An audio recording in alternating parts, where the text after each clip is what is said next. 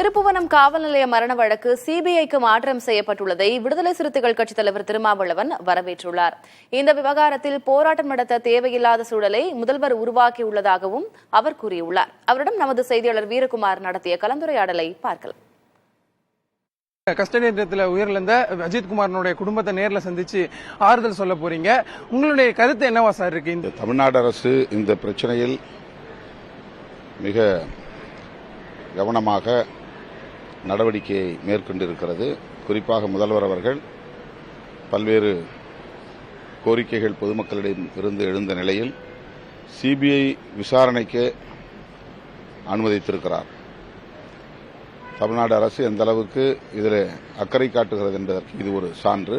இதுபோன்ற காவல் நிலைய வதைகள் மற்றும் படுகொலைகள் ஒரு அரசுக்கு பாதிப்பை ஏற்படுத்தும், அரசின் நன்மதிப்புக்கு பாதிப்பை ஏற்படுத்தும், களங்கத்தை ஏற்படுத்தும் என்பதிலே யாருக்கும் மாற்று கருத்து இல்லை. தமிழ்நாடு மட்டுமல்ல, இந்தியா முழுவதும் இதுபோன்ற நிகழ்வுகள் அரங்கேறுகின்றன என்பதையும் நாம் கவனத்திலே கொள்ள வேண்டியிருக்கிறது. தமிழ்நாடு அரசு இதிலே கூடுதல் கவனம் செலுத்தி இனி ஒரு காலத்திலும் இதுபோன்ற காவல் நிலைய சித்திரவதைகள், காவல் நிலைய படுகொலைகள் நிகழாதவாறு பார்த்துக் கொள்ள வேண்டும்.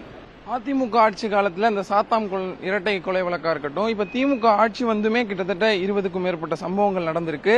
காவல் அதிகாரிகள் அவர்கள் சட்டத்தை கையில் எடுத்துக்கிறாங்கன்னு நினைக்கிறீங்களா?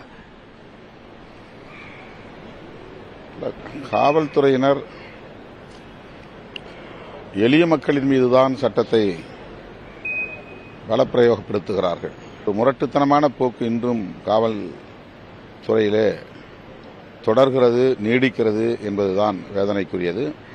காவல்துறையினருக்கு மனித உரிமை குறித்த விழிப்புணர்வு பயிற்சி தேவைப்படுகிறது.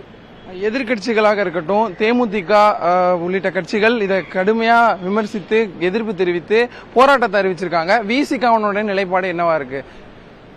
போராட வேண்டிய அளவுக்கு இது மிகவும் முக்கியமான ஒரு பிரச்சனை தான், அதில் எந்த மாற்று கருத்தும் இல்லை. ஆனால் முதல்வர் அவர்கள் இதில் தொடக்கத்தில் இருந்து கவனம் செலுத்தி வருகிறார். உடனடியாக சம்பந்தப்பட்ட அதிகாரிகளை கைது செய்திருக்கிறார்கள், காவலர்களை கைது செய்திருக்கிறார்கள். இப்போது அந்த விசாரணையை தமிழ்நாடு புலனாய்வுக்கே விடாமல் மைய புலனாய்வு விசாரணைக்கு உட்படுத்தியிருக்கிறார். எனவே இதில் மேற்கொண்டு கோரிக்கை வைப்பதற்கு, போராட்டம் நடத்துவதற்கு தேவையில்லாத ஒரு சூழலை உருவாக்கியிருக்கிறார் முதல்வர் என்று நான் நம்புகிறேன்.